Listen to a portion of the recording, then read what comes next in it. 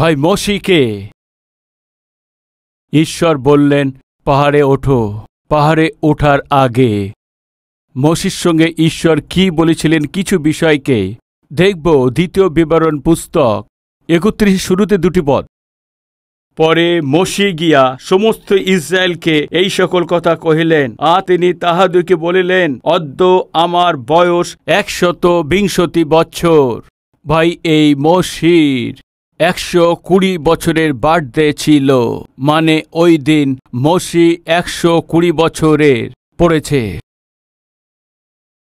14 পদেতে পরে সদাপ্রভু মোশিকে কহিলেন, দেখো তোমার মৃত্যুদিন আসন্ন।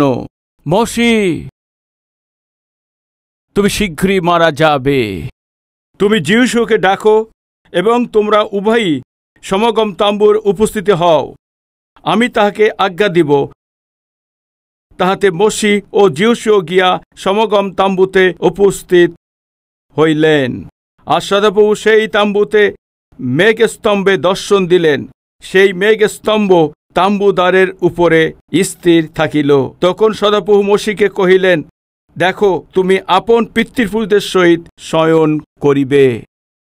ভাই আমি জিজ্ঞেস করছি, যেদিন তুমি মৃত্যুবরণ করবে ওই দিনেতেই আপনার জানা ভালো আছে না হয়?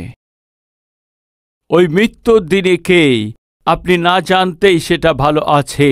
এই দুইয়ের মধ্যে কোন দিকে আপনি সমর্থন দেবেন এবং আপনার এবং হাত তুলে দুইয়ের দিকে সমর্থন দিয়েছেন, কিন্তু মোশির বিষয়েতে এমন হয়নি। ঈশ্বর বললেন, মোশি তোমাকে একটা কথা বলতে চায়। কি আছে প্রভু? তোর মৃত্যুদিন আসন্ন। ভাই এই কথা শুনে কে শান্তিতে থাকতে পারে একটু বলুন? ভাই একথা তো আমি বলতে চাই না, কিন্তু বলে দেখতে চাই। ভাই মনে করুন আজকে রাতে একটি স্বপ্ন দেখেছেন, যেমন আপনি মারা যাবেন এমন স্বপ্ন আপনি দেখেছেন। স্বপ্ন দেখার পর দ্রুত বিছানা থেকে উঠে, প্রভু আমি তোমাকে দেখতে চলেছি কি, আর এর চাইতে বড় খুশি কি আছে, এর চাইতে বড় আনন্দ কি আছে, এই বলে শুনুন, শোনো এখন সন্তানদের তুলে দাও। কি হয়েছে? আমি 14 দিনের মধ্যে ঈশ্বরকে দেখতে যাচ্ছি।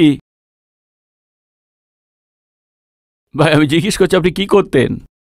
তাড়াতাড়ি উঠে আপনি ফ্রিজ খুলে সে ঠান্ডা জলকে বার করে নিয়ে তাড়াতাড়ি পান করে, হ্যাঁ, বুক চাপড়িয়ে মন্দ স্বপ্ন দেখেছি।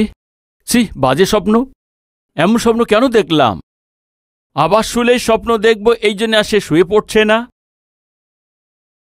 শোবে কি আপনি বলুন? আপনি কোন দিন মারা যাবেন স্বপ্নেতে ওটা দেখতে পেলে আপনি সহ্য করতে পারছেন না। স্বয়ং ঈশ্বর মোশিকে বললেন, মোশি তো মৃত্যু আসন্ন, তুই মারা যাবে। তুমি গিয়ে যিশোকে ডাকো, ও তোমার স্তরে গিয়ে লোকদেরকে নেতৃত্ব দেবে বলতেই।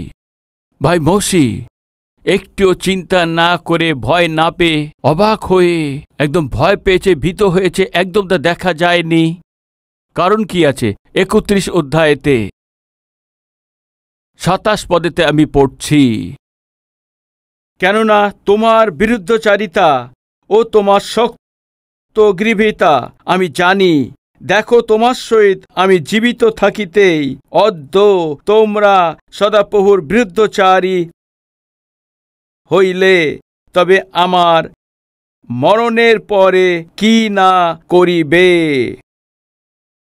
ভাই তার মৃত্যুর সময় মোশি সাহসের সঙ্গে কথা বলেছেন, আমার মৃত্যুর পরে তোমার কি হবে।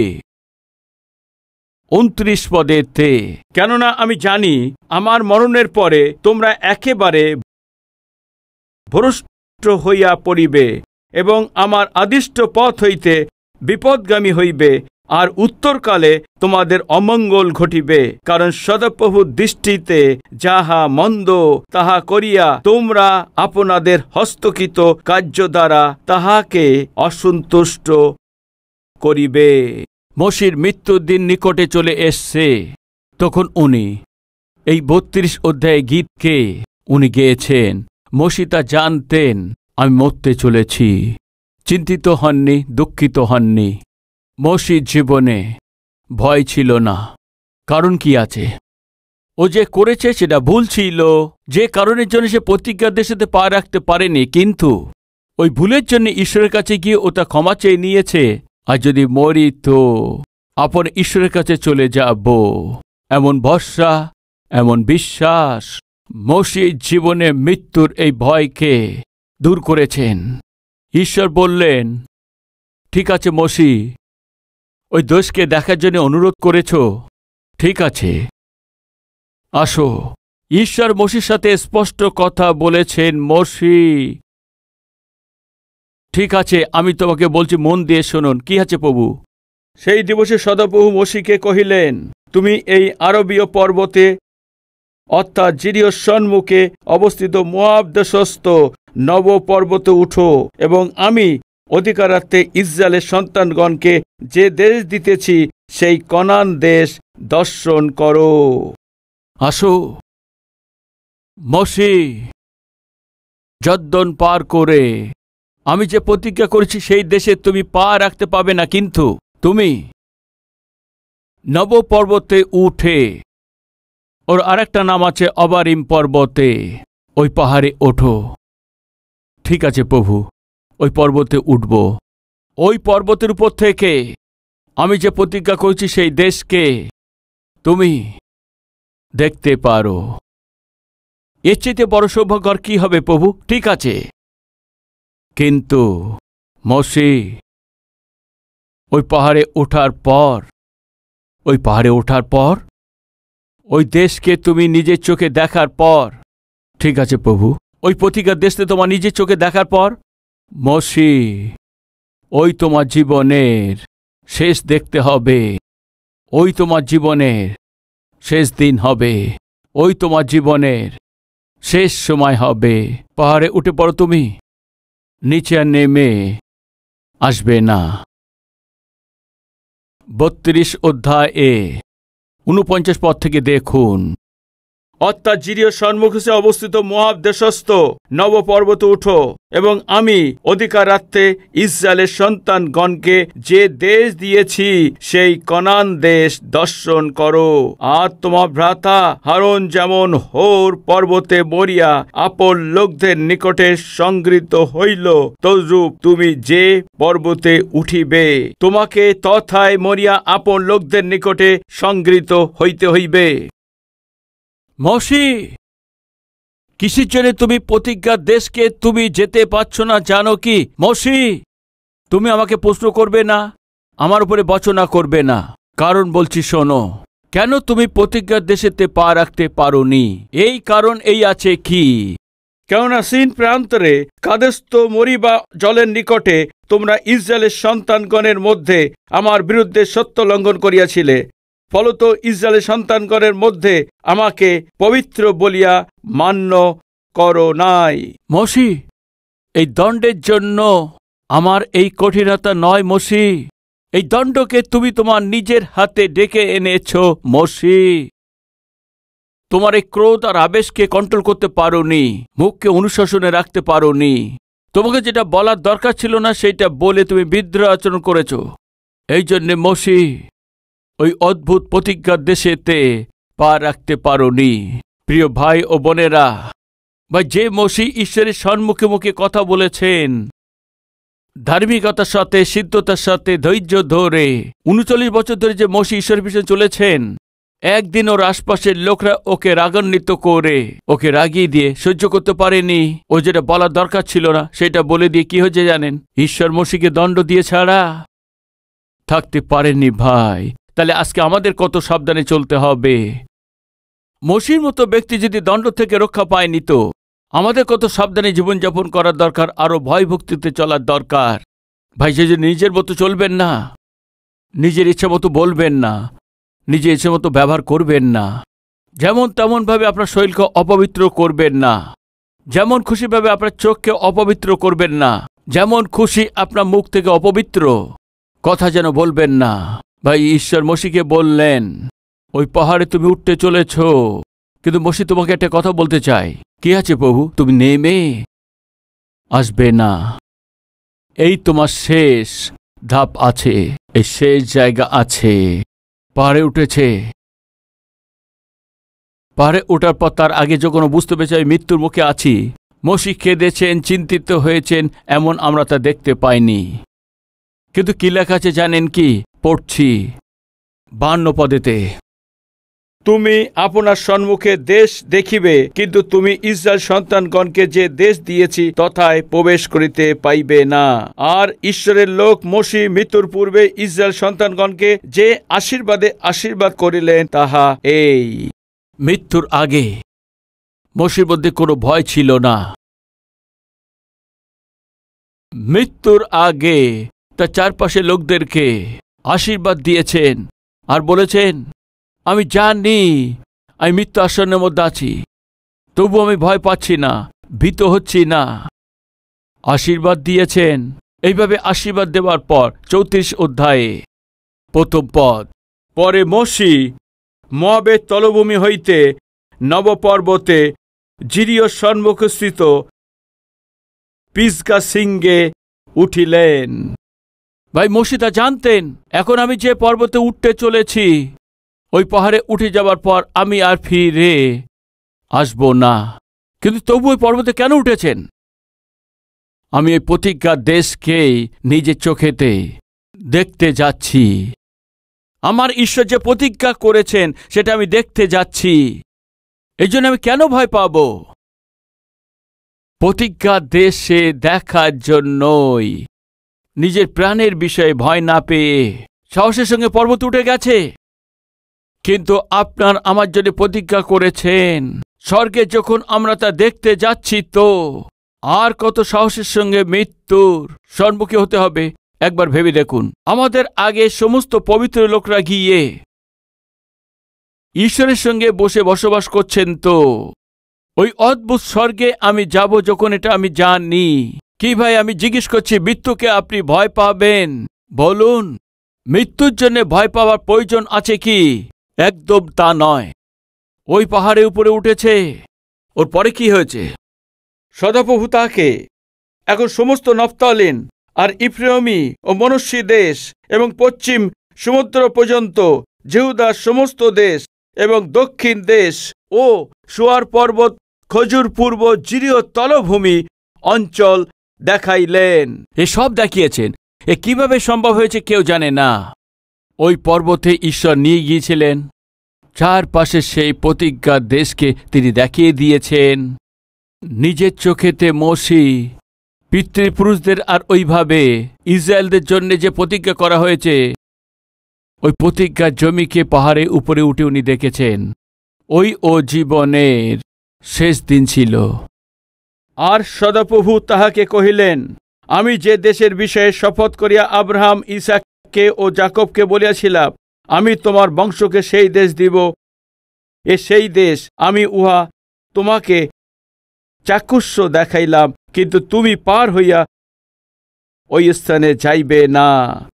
তখন সদাপ্রভুর দাস মোশে সদাপ্রভুর বাক্য অনুসারে সেই স্থানে মোয়াব দেশে মরিলেন।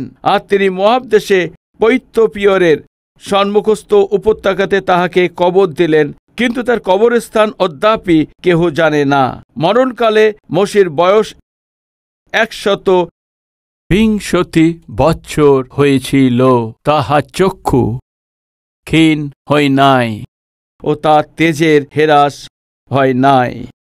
32 অধ্যায়ের 50 পদেতে ঈশ্বর এইভাবে বললেন, আর তোমার ভ্রাতা হারন যেমন হোর পর্বতে মরিয়া আপন লোকদের নিকটে সংগৃহীত হইল, তদ্রূপ তুমি যে পর্বতে উঠিবে, তোমাকে তথায় মরিয়া আপন লোকদের নিকটে সংগৃহীত হইতে হইবে। ও পাহাড়ে উঠেছে, ওই পাহাড়ে উপর থেকে প্রতিজ্ঞা পুরো দেশকেও দেখেছেন।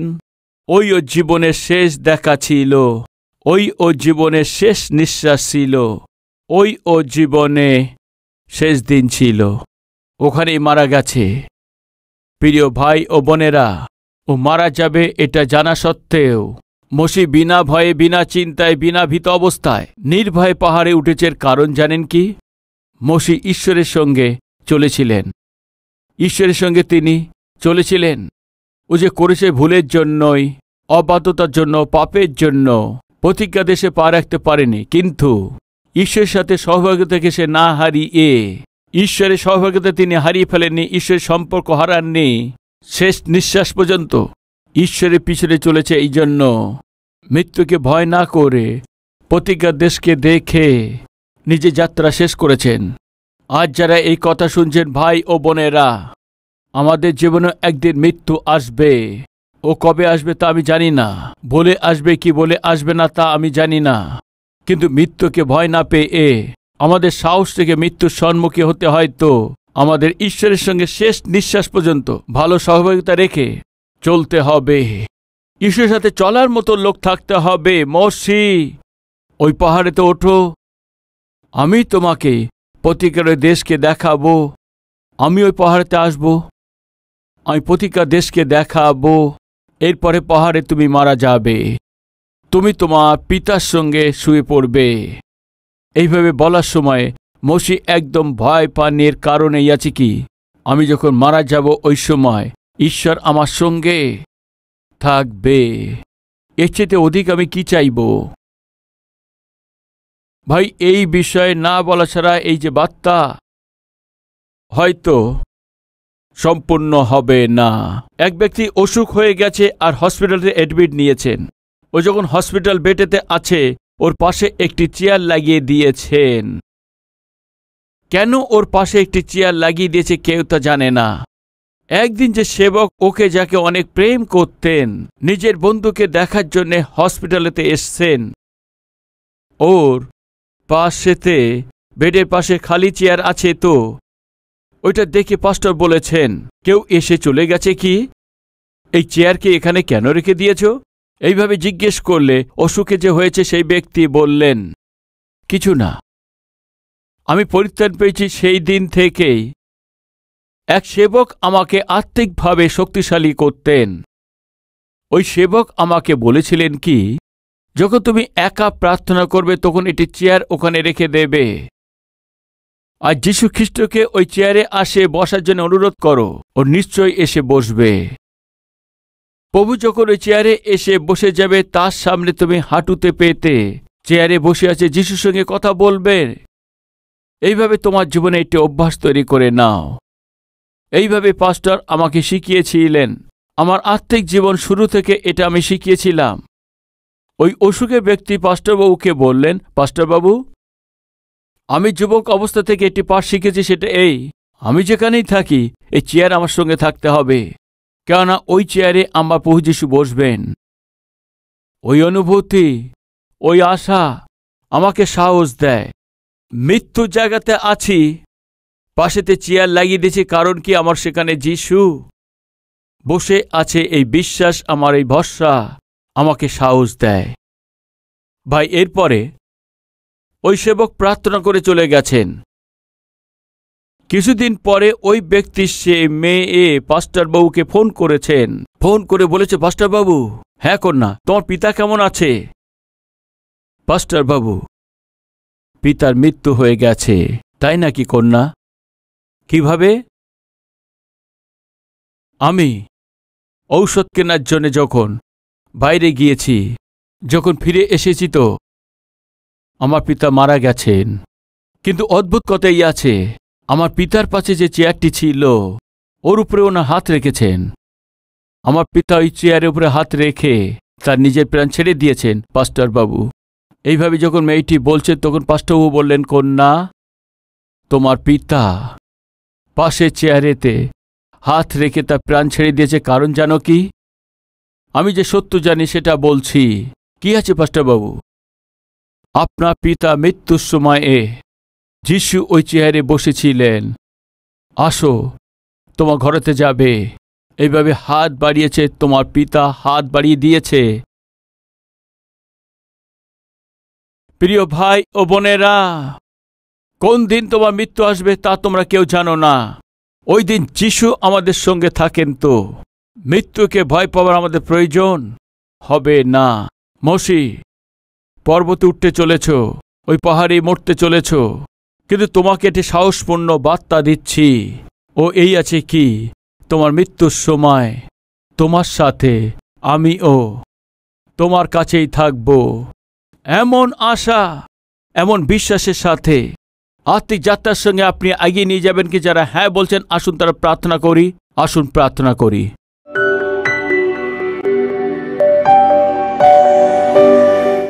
মহান পবিত্র প্রেমিক পিতা ঈশ্বর, ওই পাহাড়ে ওঠার সময় মসি জানতেন আমার জীবনের শেষ দিন আছে। নিজে যখন ওই প্রতিজ্ঞার দেশকে ও দেখেছিলেন, ও জানতেন এটা শেষ দিন আছে। ওই দিন, ওই সময়, ওই তো শেষ দিন সময় ছিল, এই বিষয়কেও খুব ভালোভাবে তা জানতেন। আমি শেষ অবস্থায় পৌঁছে গেছি ও তা জানতেন, কিন্তু অনেক সাহসের সঙ্গে ওই পর্বতে উঠেছে। তো ওখানে মারা যাব এটা জেনে ও উঠেছে। তো মসি তো জানতো ওই পাহাড়ের উপরে মসি একা থাকবেন না। পিতা, আপনিও মসির সঙ্গে থাকবেন। আমি যখন আমার চোখ বন্ধ করব ওই সময়ে আমার ঈশ্বর আমাকে যে অনেক প্রেম করতেন, আমার সঙ্গে থাকবেন। এই আশা কত অদ্ভুত আছে। এই আমাদের অনেক শান্তি সুখ আমাদের দিয়ে থাকে পিতা। এমন আশা আমাদের সবাইকে শেষ নিঃশ্বাস পর্যন্ত অনুগ্রহ করুন। কবে কখন আমাদের যাত্রা শেষ হবে কেউ তো আমরা জানি না। ওই সময় আমরা কোন স্থানে কোন জায়গাতে থাকব কেউ জানি না। সম্পূর্ণ মন থেকে প্রার্থনা করছি, ওই দিন আপনি আমাদের সঙ্গে থাকবেন পিতা। ওই দিন আপনি আমার পাশে থাকবেন পিতা। তোমার রাজ্যতে নিয়ে যাবার জন্য, সব সময়ের জন্য আমরা আপনার সবাই আপনার সাথেই থাকব। আমাদের নিয়ে যাওয়ার জন্যে আপনি আসবেন পিতা। আপনি আমাদের পাশে থাকবেন। এমন মহান অনুগ্রহ, এমন মহান ধন্যতা আমাদের অনুগ্রহ করুন। যীশু খ্রিস্টের নামেতে চাইছি পিতা, আমেন।